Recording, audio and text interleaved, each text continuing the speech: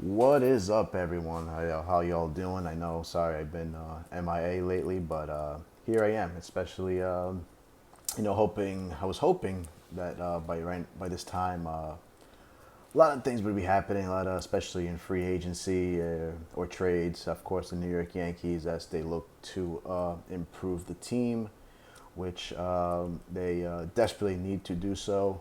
You can't ride again. Go out there, go to battle with the same players, and send those players out there again. It's just not going to work. But yesterday, Let's start off with yesterday as the Rule 5 draft. Okay, the deadline as the Yankees. Well, first they acquired a couple minor leaguers from the Philadelphia Phillies, T.J. Rumfield and infielder, by the way, and left-handed pitcher Joel Valdez. Yankees, however, did protect and added to the major league roster was infielder Oswaldo Cabrera, right-handed pitcher Ron Marinaccio. I hope I'm saying that right. Everson Pereira, right-handed pitcher Steven Ridings, and left-handed pitchers J.P. Sears to the major league roster. And the other three, I'm not shocked, but I guess two out of the three shocked me a little bit as the Yankees DFA'd outfielder Clint Frazier and infielders Rougned Odor and Tyler Wade. Well, let's start off with Clint Frazier. All right, unfortunately, the kid just simply it did not work out for him. You kind of blame the Yankees a little bit for that, and it starts with spring training of 2021 before the season started when Clint Frazier was pretty much he was promised a starting job in left field, and we could all see it from a mile away that once Yankees re-signed Brett Gardner, and you knew that once Clint Frazier would begin to struggle, that they were going to bench Clint Frazier and send Brett Gardner out there, and that's exactly what happened, and that kind of I think messed him up mentally and all. And you know what? And there's injuries. The concussion that he had 3 years ago and all. He was just never again the same. Showed a lot of potential, a lot of promise, and just did not live up to that. And today he is DFA'd. He could have gotten he could have been part of the deal of major trades, and I guess Brian Cashman decided not to bite and kept and held on to Clint Frazier and others, and now you just lose him and you get nothing in return. But that's just how it is, unfortunately. Also the kid, he didn't do himself any favors either with his attitude coming in. He wanted number 7 Mickey Mantle's number, but whatever. To me, he just wasn't comfortable here enough, and not a very popular, from what I hear. Not that I know for a fact, but from what I hear is not a very popular player in the clubhouse. So I'm sure, and other teams will take a chance on him. The upside is still there, but definitely won't be here in New York, and for the Yankees at least. So, because I'm hearing whispers there that the Mets are interested, and they think he might be the reincarnation of Justin Turner. But hey, you know what? If you think that, so be it. Rougned Odor, listen, you liked Rugi, the energy he brought in. He obviously was not the same player from a few years ago when they acquired him from Texas. But, you liked the energy he brought and everything to the team throughout the season. First guy out there, cheer this team on. But again, no room for him here. Okay, Yankees obviously protected a lot of guys from the Rule 5, and they feel like they got that type of bench players. And Rougned Odor, yeah, he'll probably sign a minor league deal with another team, and I'm sure he will definitely see a lot of major league action. He'll definitely make a team out of spring training, that's for sure. Tyler Wade, that one kind of actually really shocked me a bit. I understand why they're doing it. Just the fact that Tyler Wade has a value coming off the bench, and and just he can steal bases, plays pretty respectable defense. It's pretty decent. We know he wasn't going to hit enough. That's why he was never starting infielder on the Yankees, as it was projected before he came up. But yeah, again, I get the Yankees feel they have players in the minors that could play that same role. You really can't send him down. He's out of minor league options. So once you send him down, he becomes a free agent. So, so yeah, a little bit of a shocker there. Didn't see that one coming, but again, I understand why they're doing it. So the Yankees protected all these 5 players and every to the major league roster from the Rule 5 draft. So it's a step in the right direction. So as we wait for the rest of the offseason to go on, as me, myself, and Yankee fans do expect the Yankees to make major changes, make major moves, and what can I tell you guys? Listen, after the World Series, offseason began, and man, it was you started to feel like, okay, something's going to happen here really soon. At the GM meetings, I believe out in California, wherever it was, you say, man, someone's going to strike here. Brian Cashman, spoke to the agents of Seager and Carlos Correa, which again, that's his job. That's what he has to do. He wasn't doing his job. He wouldn't be doing his job if he didn't. But the Yankees gonna be engaged with every free agent, you could say. But it all comes down to if the Yankees want that player and how badly they want him. Okay, the Yankees could be one of 10 teams talking to Corey Seager or Carlos Correa.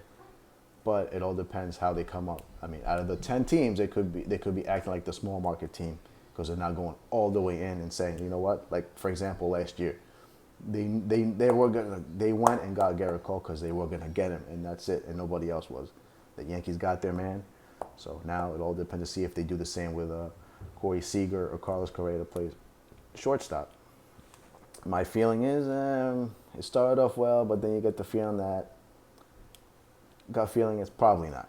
We will not dance in those waters, as those players are demanding over $300 million, and I just don't see it again. And with the fact that Aaron Judge is a free agent next year, you have to speak to him. Try to get an extension, and I'm sure he's just sitting there like, oh really, that's nice.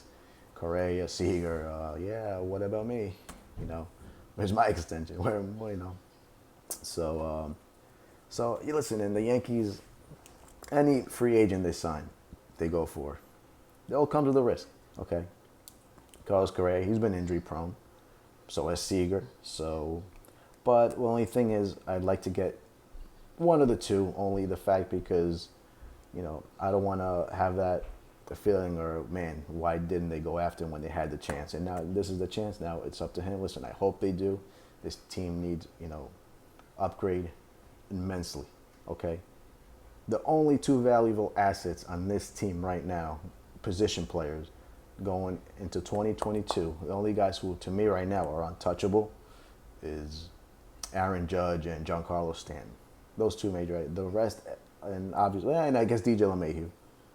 But any other guy, any other player, the Gio Urshela's, the Torres, the Luke Voigt, the Sanchez, the Hicks, to me, those guys right now, they are tradable. Not tradable. I don't want to say tradable, but meaning if you have a chance to sign better players or trade these players and get better players in return, I say you do it hands down. All right. And regarding Aaron Hicks, to me, Aaron Hicks, he's making $10 million a year. I know they gave him a 7-year, $70 million, $10 million a year. To me, that's not why I think I'm ready to move on from Aaron Hicks. It's just the fact that he's clogging up that position in the outfield. You could give Estevan Florial or sign somebody else, Starling Marte, any of those guys. You bring somebody better. To me, that's what the point of this is. You gotta upgrade the team. You cannot go to battle with the Sanchez and the Torres and the Urshela's and Luke Voigt. It's just we've seen it. It doesn't work out. You got your AL East rivals. All the studs that they have in their infield, and that's what the Yankees should really look. I don't want to hear Andrelton Simmons. Okay, if you do that, you're just not willing to. You're not. Your intent is not to win next year, okay? And that's no knock on him. It's just, we just need better offensive players, better guys who produce runs, who put the ball in play. I know it's hard. I'm not saying it's going to be easy, but that's what your intention should be this off season. All right. My boy Gary Sanchez, I'm done with him. I've been the biggest Gary Sanchez supporter. He was my favorite Yankee out of the Baby Bombers when they came up in 2016, when he was pretty much Babe Ruth. So everyone would think of him like wow, like I remember like I know some sort of awards dinner in New York, and everyone thought he was Babe Ruth, and you saw the potential. Listen, I thought we had the catcher of the future, and the only knock on him from me is his defense and game calling. Your ace Garrett Cole, did not want to throw to him. Kluber didn't want to throw to him, and I don't know who else might, but at that point you have no choice, but you had to. So that's why. I mean, the pass balls just keeps regressing. It's not getting any better. So it's definitely an area of improvement. I'm not sure I'd give Higgy the full-time job at catcher, but I think it's time to move on from Sanchez. And that's no knock on it. I mean, the offense and the power numbers are there. Okay, I think like was said earlier. I think Sanchez would have more value, and you could get probably more in return if you were to trade him to a National League team. All depends on if they imply the rule of the DH. So that's something to look out for as well. First base, I don't mind either the Yankees getting Matt Olson or signing Anthony Rizzo. It all depends, again, the contract, the money, the years with Rizzo. And Olson would be through a trade, which I know it won't become cheap, but I think I'll be willing to give up, a good package, pretty much whatever Oakland would be asking for. I think I'm willing to do that. I mean, the guy hit 39 home runs, 111 RBIs. With that lefty bat at Yankee Stadium, it would definitely play well.